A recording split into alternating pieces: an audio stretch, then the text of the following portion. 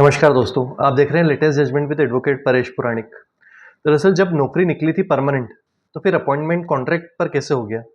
और यदि कैंडिडेट योग्य ही नहीं था, तो फिर इंटरव्यू पार कैसे कर लिया?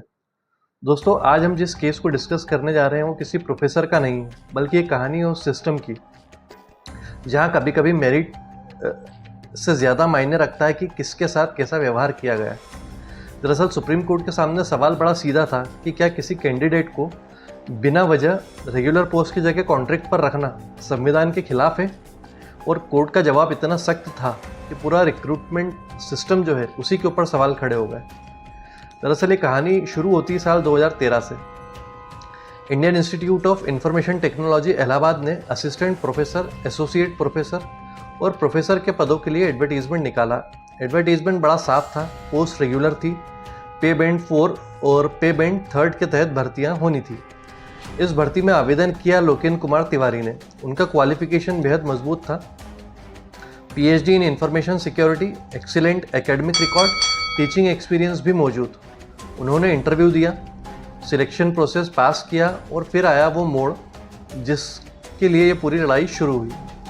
दरअसल बाकी कैंडिडेट्स का तो रेगुलर अपॉइंटमेंट लेटर मिला, लेकिन लोकेन कुमार तिवारी को दिया गया 12 महीने का कॉन्ट्रैक्चुअल अपॉइंटमेंट। अब यहाँ सबसे बड़ा सवाल ये था कि यदि कैंडिडेट योग्य नहीं था तो उसे सिलेक्ट क्यों किया गया, और यदि वह योग्य था तो परमानेंट पोस्ट के ऊपर कॉन्ट्रैक्चुअल जॉब क्यों दी गई। मामला लोअर कोर्ट में पहुंचा, जहां इंस्टीट्यूट ने बाद में पूरी सिलेक्शन प्रोसेस को ही कैंसिल कर दिया। तो कई प्रोफेसर हाईकोर्ट पहुंच गए। लोकेन तिवारी जो था, उन्होंने भी कोर्ट का दरवाज़ा खटखटाया।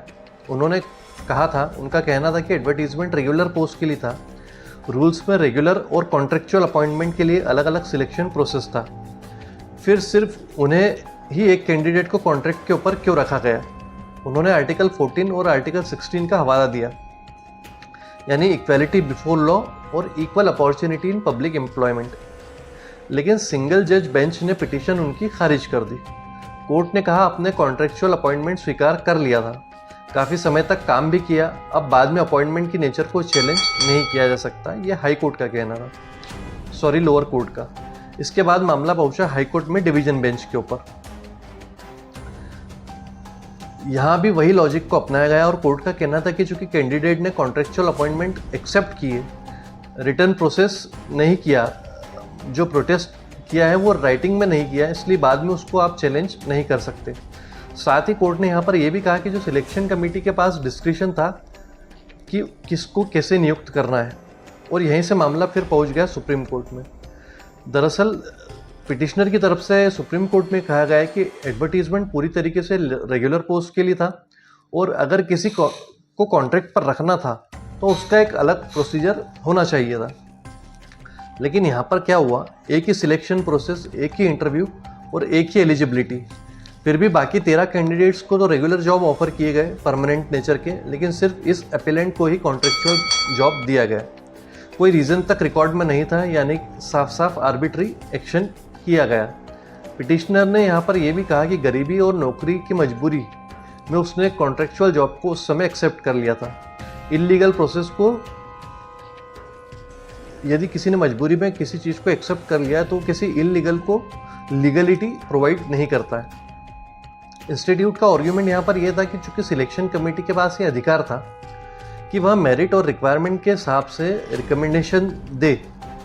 उन्होंने यह भी कहा कि एक और कैंडिडेट जो है इनके अलावा, तिवारी जी के अलावा, उनको भी हमने कॉन्ट्रैक्ट बेसिस पर ही रखा है, और क्योंकि अपीलेंट ने अपॉइंटमेंट स्वीकार कर ली थी, इसलिए उसको वो आज की स्टेज में चैलेंज नहीं किया जा सकता।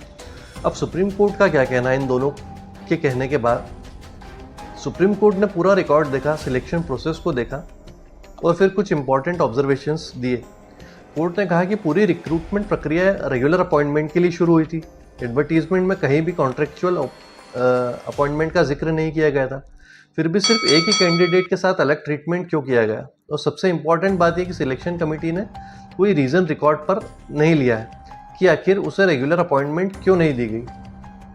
कोर्ट ने साफ कहा कि यदि कैंडिडेट योग्य नहीं था तो उसे कॉन्ट्रैक्ट पर भी नहीं रखा जा सकता था, और यदि योग्य था तो बिना कारण उसको सेपरेटली ट्रीट करना टोटली अनकॉन्स्टिट्यूशनल है।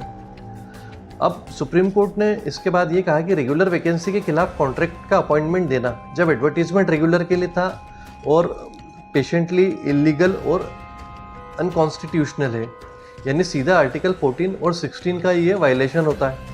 कोर्ट ने ये भी माना कि सिर्फ इसलिए कि किसी व्यक्ति ने मजबूरी में आपका उस समय अपॉइंटमेंट एक्सेप्ट कर लिया था, वो किसी इलीगल सिलेक्शन प्रोसेस को लीगलिटी प्रोवाइड नहीं करता है।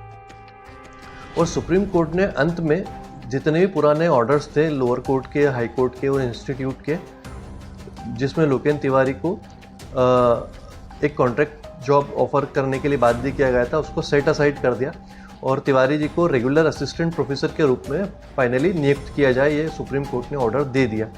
हालांकि कोर्ट ने फाइनेंशियल बेनिफिट्स नहीं दिए, लेकिन कंटिन्यूटी ऑफ सर्विस दे दी गई और सीनियरिटी में उन्हें उन्हीं कैंडिडेट्स के नीचे प्लेस करने का आदेश दिया गया जो उस सिलेक्शन प्रोसेस के तहत चुने गए थे।